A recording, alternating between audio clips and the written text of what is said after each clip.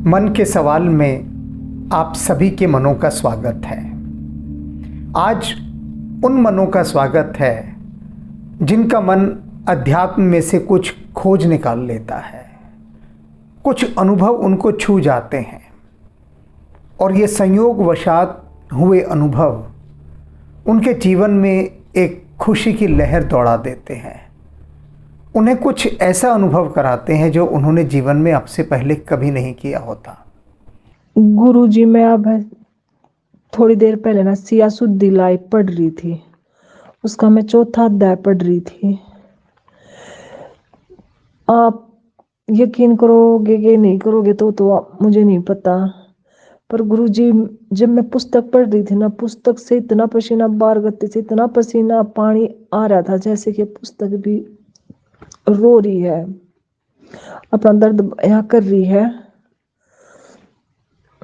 मैंने बच्चों को भी दिखा के देखी, भाई तुमने यो इस पे पानी सा दिखा है, गीली गीली सी पुस्तक दिखा है। वो बोले ना था इतना बैम है, यो कोना है।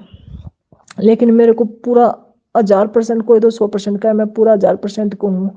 उसकी जो तस्वीर है हनुमान की जी आगे जो कवर है, उससे पानी निकल रहा था जैसे पसीना आता है ना, पसीने को पोंछते। मैंने पुस्तक का ऐसे भगवान जी से, हनुमान जी से वैसे पसीना पूछा उस पेज से।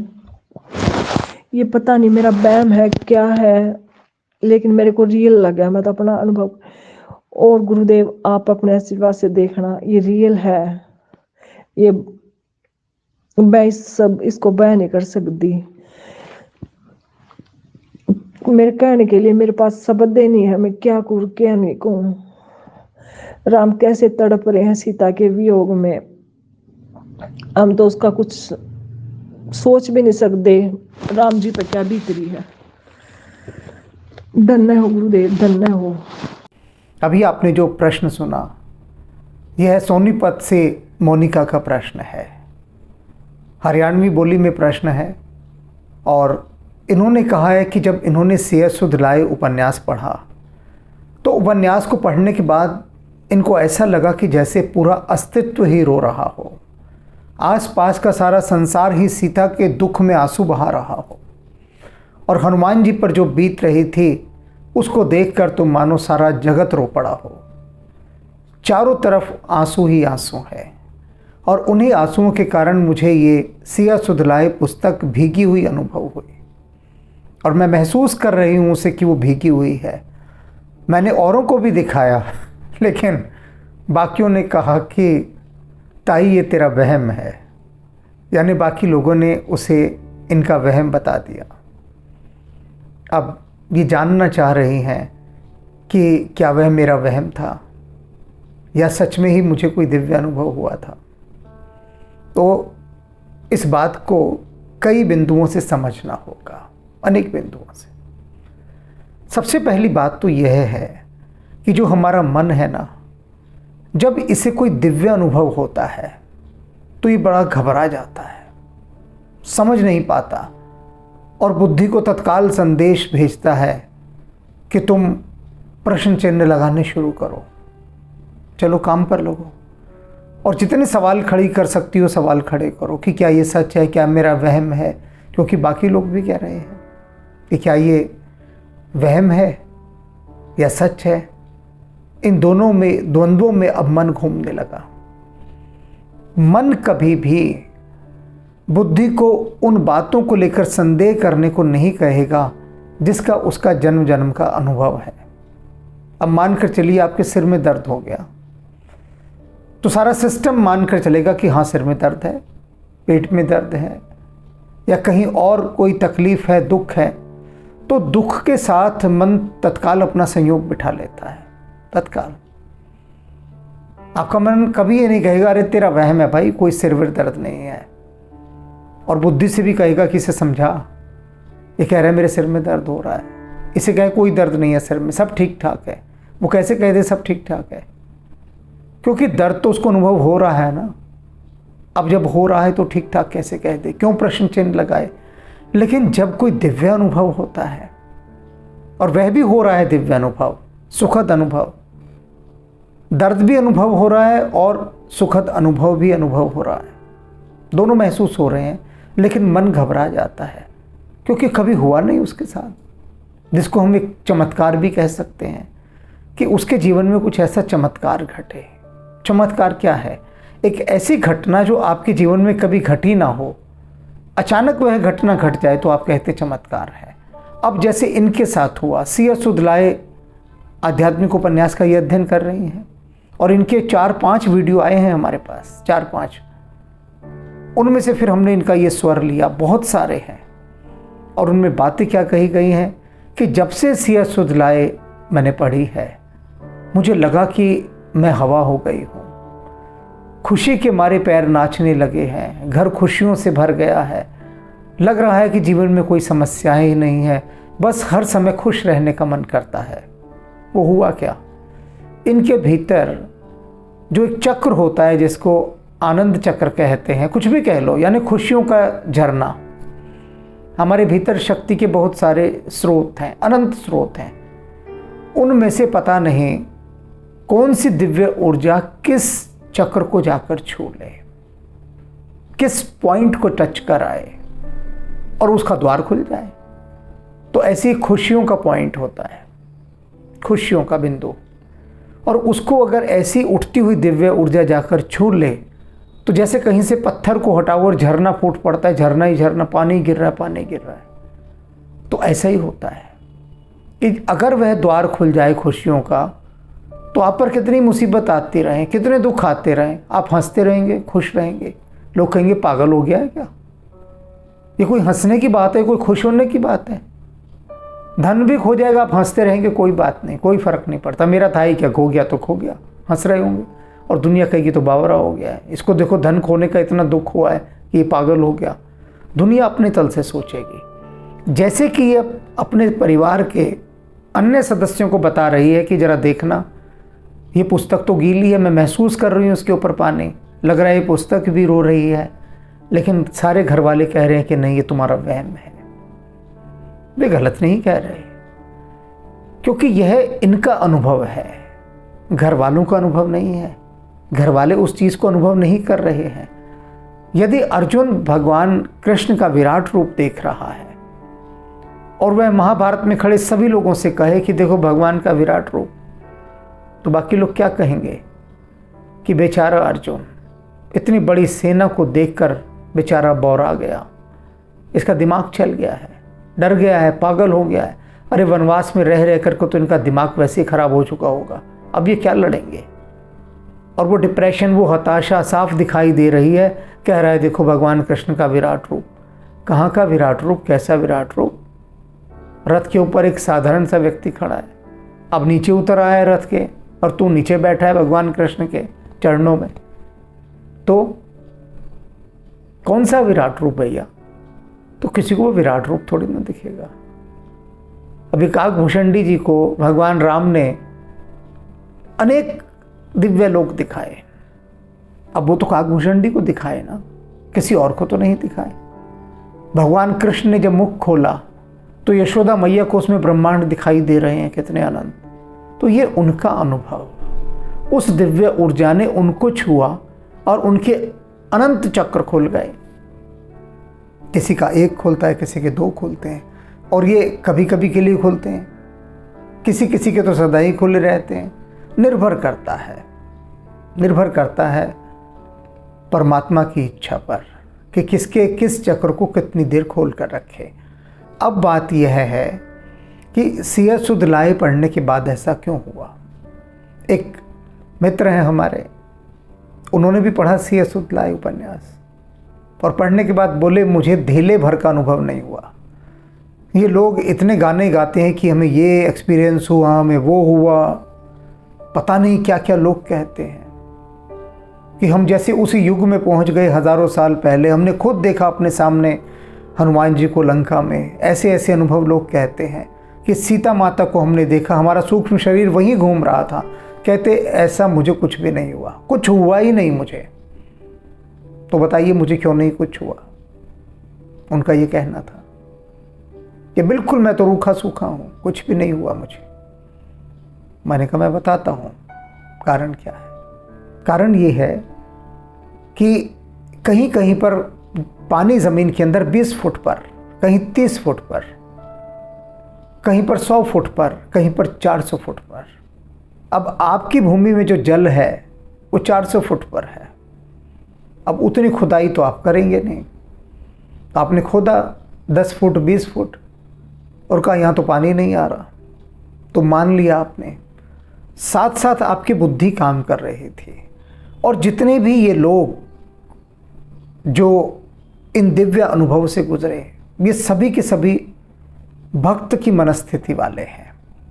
और बड़ी आश्चर्य की बात मैं बताऊं, बहुत सामान्य ग्रामीण जन है, कोई मजदूर है, कोई कुछ है, बहुत सामान्य लोग, बिल्कुल धरती से जुड़े लोग।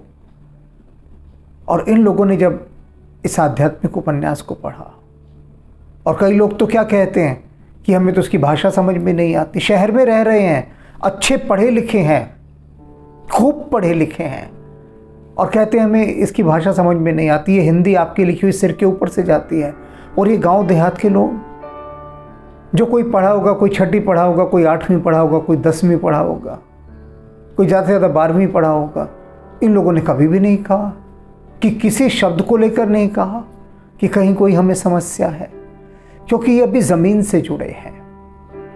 फिर लोग जो ज़मीन से नहीं जुड़े वो अंग्रेज़ी से जुड़ गए हैं। उन्होंने अपने जीवन में सारे विषय अंग्रेज़ी में पढ़े हैं, सारे, तो अब हिंदी उनसे पढ़ी नहीं जाती, और जब पढ़ी नहीं जाती तो वो अटकते हैं बड़े। और फिर सबसे बड़ा बात क्या है कि उनका बुद्धि तत्व सक्रिय होता है। बुद्धि का तत्व हर चीज़ को करने का एक अलग ढंग होता है, एक अलग शैली होती है, उस शैली के अंतर्गत ही वो चीज़ की जाती है। अब भेजते हैं मेरे पास लोग चित्र, फोटो, यानी पुस्तक उनको प्राप्त हुई सी सुध लाए। अनेक लोगों ने फोटो भेजी कि उन्होंने पहले उसे मंदिर में रखा है, आरती उतारी, तिलक लगाया, पूजन किया, फूल माला पहनाई, माथे से लगाई, उसके बाद उन्होंने उसका अध्ययन आरंभ किया।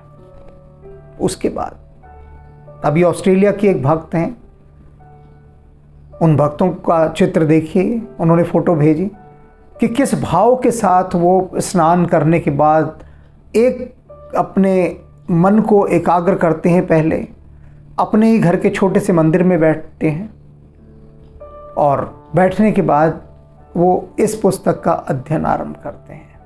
ये ऑस्ट्रेलिया से भेजी है उन्होंने ये फ़ोटो।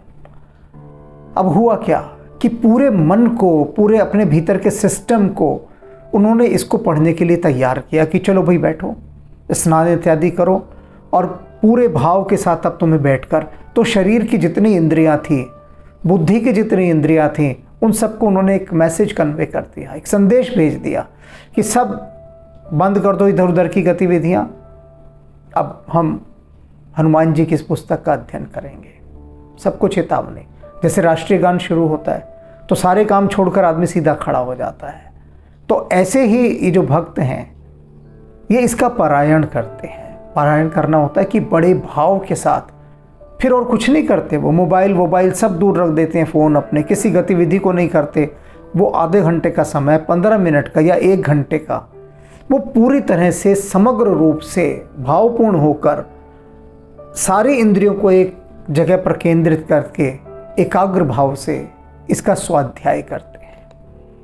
और जब ऐसा करते हैं तो भाव की ऊर्जा उन तालों को खोलने लगती है जो ताले अब तक बंद थे चक्रों के। दरअसल ये आध्यात्मिक उपन्यास एक नंबर लॉक है।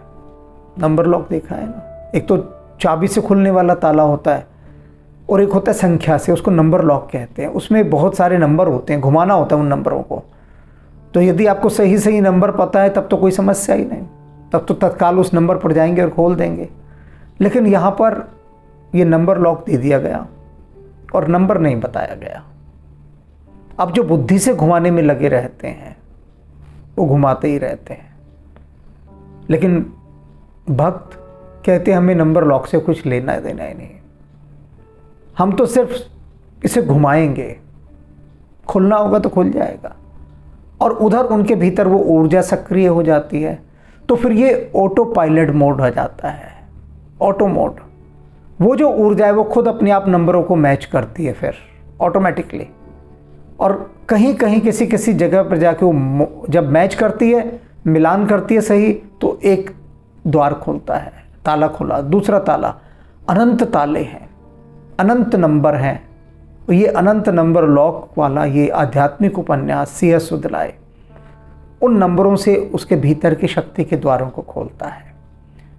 और जब वो खुलता है तो मन को पहली बार लगता है कि ये हुआ क्या, ये मुझे दिखाई क्या दे रहा है, ये मुझे अनुभव क्या हो रहा है। तो वह बाकी लोगों से पूछता है, बाकी लोगों से। स्वामी विवेकानंद ने रामकृष्ण परमहंस से पूछा कि ये जो मुझे प्रकाश दिखाई देता है, ये प्रकाश तो सभी को दिखाई देना चाहिए, औरों को क्यों नहीं दिखाई देता। मैंने अपने अनेक मित्रों से पूछा, वो कहते कौन सा प्रकाश, कैसा प्रकाश। तो विवेकानंद कहते हैं, जब मैं ध्यान में बैठता हूँ तो मुझे न जाने कितने कितने अलग अलग प्रकाश दिखाई देते हैं, और ऐसे प्रकाश जो इस धरती के है ही नहीं। मैं उन्हें बताऊं भी कैसे। तो मैं तो ये समझता था आज तक कि सभी को दिखते होंगे, जैसे सभी को सपने आते हैं, सभी सोते हैं, ऐसे ही सभी को ये प्रकाश दिखता होगा। मेरे को तो ये था। तो मैंने जब दोस्तों से पूछा तो सबने मना कर दिया, और सबने मुझे कहा, भैया तेरी लगता है तबीयत ठीक नहीं है, कुछ खराब है। तो रामकृष्ण परमहंस ने कहा कि इन बातों की चर्चा तू मित्रों से मत किया कर, तू अलग घर का है, अलग घर से आया है, वहाँ पहले से ही ये प्रोग्राम एक्टिवेट होकर आया है, पहले से ही। और विरले पुरुषों में, विरली आत्माओं में ये प्रोग्राम पहले से ही एक्टिव होता है। अब जो सामान्य हैं जीवात्माएं, वे जब भाव के तल पर, बड़े उच्च तल पर यात्रा करती हैं, तब क्या होता है, अकस्मात उनके ये ताले खुलने लगते हैं। ये बड़ी गहरी इसके अंदर कीमिया है, बहुत गहरे रसायन है इसके भीतर। और हमने तो अनेक बार कहा, अनेक बार, लेकिन जिसकी बात बननी होती है उसी की ही बात बनेगी ना, उसी को ही कॉल आएगा, उसी को ही बुलावा आएगा, वही इसके अंदर खोज के लिए उतरेगा, वही गोता मारेगा, तभी तो है। तो इस भक्त ने इतनी गहराई के साथ C.S. सुदलाय का अध्ययन किया, और ऐसी अनेक भक्त हैं जिनके आते हैं कि हम घर का सारा काम निपटा कर, और पहले तो हम बहुत टेलीविज़न देखा करती थी, समय बर्बाद करती थी, और बीरबानियों के साथ, यानी अपनी महिलाओं के साथ जो ग्रुप है वहाँ बैठकर गप्पे मारा करती थी। लेकिन जब ये C.S. सुदलाय आध्यात्मिक उपन्यास पढ़ा तो उसके बाद सब छूट गया, सब छूट गया। जीवन का जो भी कुछ निरर्थक था, अनावश्यक था, वो सब छूट गया। ऐसा क्यों हुआ? तो ऐसा इसलिए हुआ क्योंकि इस C.S. सुदलाय आध्यात्मिक उपन्यास में राम रस पी रही हैं सीता जी, हनुमान जी। इन दोनों को राम रस का पान करते हुए आप अनुभव कर सकते हैं, और वही अनुभूति आपके भीतर आ जाएगी, और आपके भीतर भी राम रस की धार बहने लगेगी। और फिर आप कह उठेंगे कि राम रस पिया रे, राम रस पिया रे, जिह रस बिसर गए सब और जी। कि जब इस रस को पी लिया तो बाकी सब रस बिसर गए। आप सबको बिसरा देंगे, सब रसों को। आपको जीवन का कोई रस आकर्षित नहीं करेगा, सब बिसरते जाएंगे अपने आप, क्योंकि भीतर राम रस आ गया। हनुमान जी जिन संकटों से गुजरे हैं, जिन संकटों से कोई कल्पना नहीं कर सकता कि संकट मोचन पर इतने संकट आए, संकट मोचन पर, कि हनुमान जी के भक्त पढ़कर भीतर से कांप उठते हैं, कांप उठते हैं। कि हम तो समझते थे कि हनुमान जी बड़े शक्तिशाली हैं, बड़ा आत्मबल है इनके अंदर, लेकिन एक चरण, एक फेस ऐसा आता है इसमें सीता जी की खोज के समय में कि हनुमान जी इतने ज़्यादा डिप्रेशन में चले जाते हैं, इतने ज़्यादा डिप्रेशन में कि कोई कल्पना भी नहीं कर सकता। हनुमान जी का वो डिप्रेशन, वो निराशा, वो देखने लायक है। और जो उस निराशा से गुजर कर आ जाता है हनुमान जी के चैनल के थ्रू, वो फिर जीवन में कभी निराश नहीं होता, क्योंकि कोई जिंदगी में इतना दर्द सह ले, इतना दर्द सह ले कि फिर वो दर्द ही उसकी दवा बन जाता है, फिर उसे दर्द की परवाह नहीं रहती। तो ये पूरे सुंदरकांड की औपन्यासिक व्याख्या है। हनुमान जी ने एक दिन मूड में आकर कहा कि इस पूरे सुंदरकांड को मुझे उपन्यास रूप में लिखवाना है, गद्यात्मक रूप में लिखवाना है, और वे बातें जो आज तक कभी नहीं कही गई, आज तक नहीं कही गई, वे सारी बातें पहली बार मैं तुझसे कहता हूँ, मैं तुझे दिखाता हूँ, आ देख। उन्होंने सब दिखाया। और इसलिए ये बहुत रहस्यपूर्ण है उपन्यास, और इसलिए इसके अंदर वह दिव्य तत्व छुपा है कि जो आपके भीतर के चक्रों को छू सकता है, क्योंकि ये विटनेस हैं, ये साक्षी हैं हनुमान जी के। और बाकी तो मानो तो मैं गंगा माँ हूँ, ना मानो तो बहता पानी। जय हनुमान ज्ञान गुण सागर।